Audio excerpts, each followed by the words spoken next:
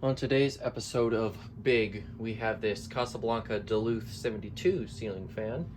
I got this one for 200 bucks at a local showroom. It was on a closeout, and me and the owner had been talking about this particular model for a while, just based off of what a nice fan it is for a modern day Casablanca or any product that comes from Hunter, really.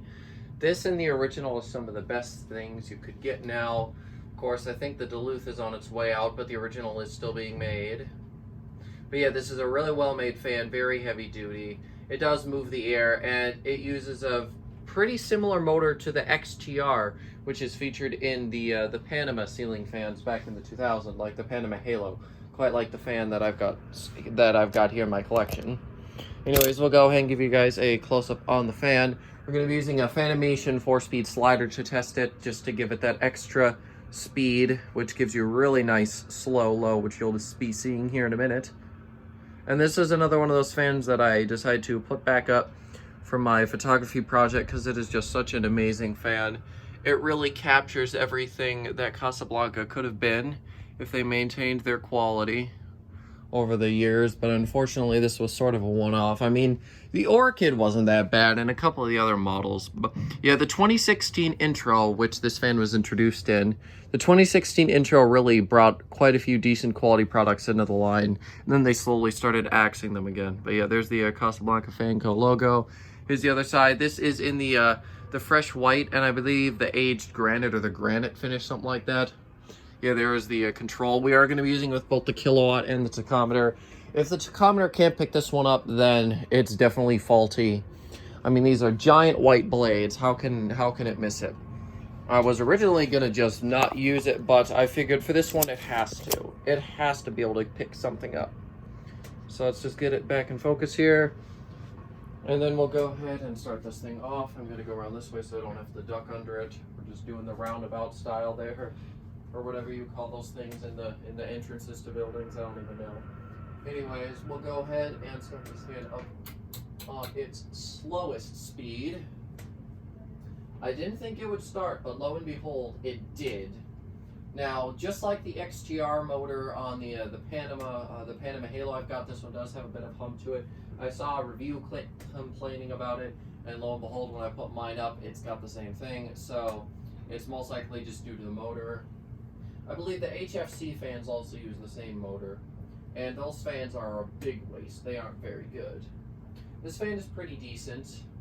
I have a feeling airflow might be better if it was in a greater space, but obviously in my very tight basement here, it's definitely not at its full capacity. We'll see if we can, the fan might be moving too slow for it to give me a reading here, so we'll see. I wouldn't be upset if it did give me a reading here, because it's going pretty slow.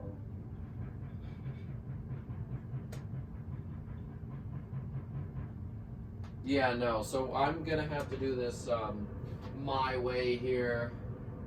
Let's see if I can do this here.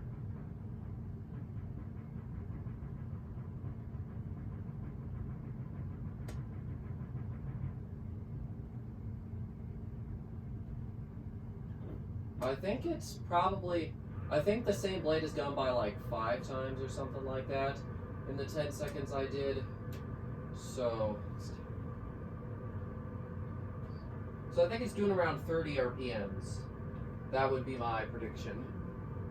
Alright, actually before we do anything else, let's look at the kilowatt. 0.20 amps, 4.7 watts, and a fifth of the power factor.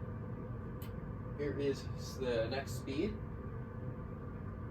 The control it comes with is just one of those stepped 3-speed wall controls, but for obvious reasons I figured I might as well use the 4-speeder. It's definitely picked up speed now.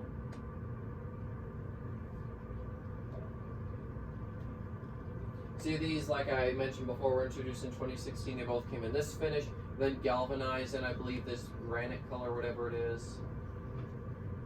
I believe both of them were damp rated fans. They came in both a 60 and 72 inch size.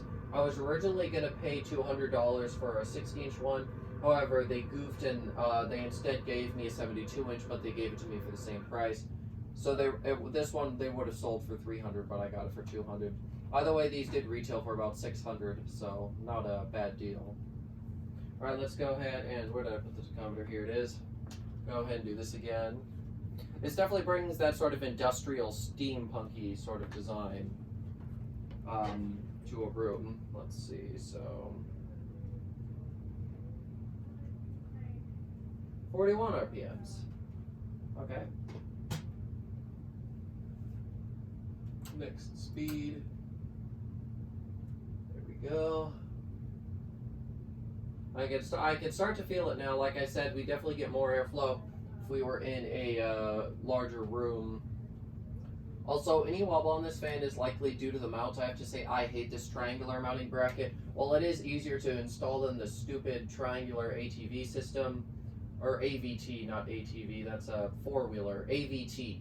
I don't know what that stands for. I came up with some acronym for a while ago. But anyways, yeah, due to this, we noticed that these fans can tend to move around quite freely in there since there's no notch. I mean, they could have at least put a notch in there, but they didn't. So I do oftentimes notice that any fan with this system tends to have just a little bit of wobble or shake to it. Nothing horrible though. This mounting bracket is very lightweight for such a heavy fan. Alright. Let's go ahead and do this again. Oh yeah, you can definitely feel it now. Okay. 62 RPMs. Alright, let's take it up to high speed. Oh yeah. Now she's cranking. So you can see here's that wobble I was talking about.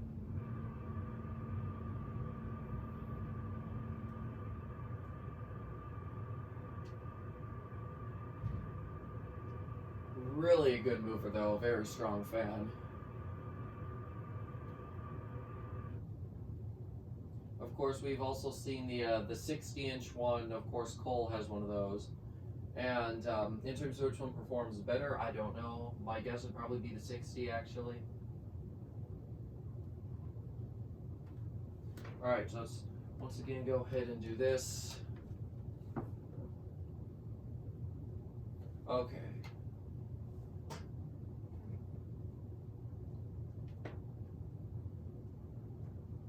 .122 RPMs on high. And you will notice that I did skip the kilowatt. It's because there's not that much of a difference between these speeds, so I just figured I'd do low and high for this one. So 0.93 amps, 109 watts, and a whole power factor, which is quite surprising based off. That might be why they discontinued these, because anything that draws that much typically gets banned now by the energy people or whoever. Just like all the K55s did. Anyways, I'm gonna come over here and give you guys a close-up while it is running, so you can pick up some of that swishing sound that these blades are making. With the 3-blade fan, you really get some of that.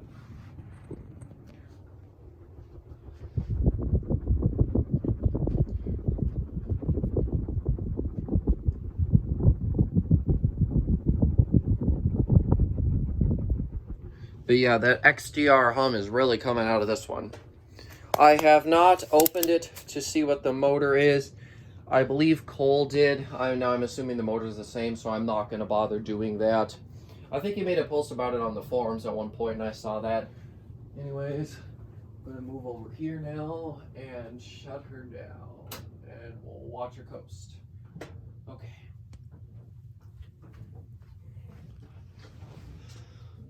Definitely a pretty beastly fan here. It is very intimidating looking, but I really do love this fan. When it first came out, I really did like it. But after 2016 was over, I didn't pay a whole lot of attention to it or anything from Hunter for that matter. Well, Hunter Blanca, but yeah, I'm very glad that I did end up getting this fan though, because it is super cool. And it's a piece of Casablanca history, I would say, with it being the best fan of recent years. And I'm not the only one who thinks this. Cole, I believe, said it too. My friend who owns the lighting store said it as well. Well, lighting and fan store. But anyways, yeah, tons of people I know have said that. It is such an amazing fan. So if you can get one on clearance and you think you need a fan for a larger space, I would definitely recommend this one. The biggest downside is that this is the down rod it comes with. And yeah, well, that is the downside there. So if you've got a lower-ish ceiling, it may not work. You'd probably need, let's see, I'd say like I don't think it would work on a 9 foot. I think you'd need a 10 foot or higher ceiling to really make this fan work. Work to its full capacity, and probably a room double or triple my room size, maybe even bigger actually. But yeah, of course they do also have the smaller one. I'm very happy I got the really big one though. That is super cool. I want to say it's the largest fan in my collection. I mean, the Fanimation Palisade, which I just had it before this one, takes up a lot of space, but I think this one is technically bigger. It is such a cool fan, though. I really, really do love this one, and I'm so happy to have it up again for a little while. It's amazing. It really is.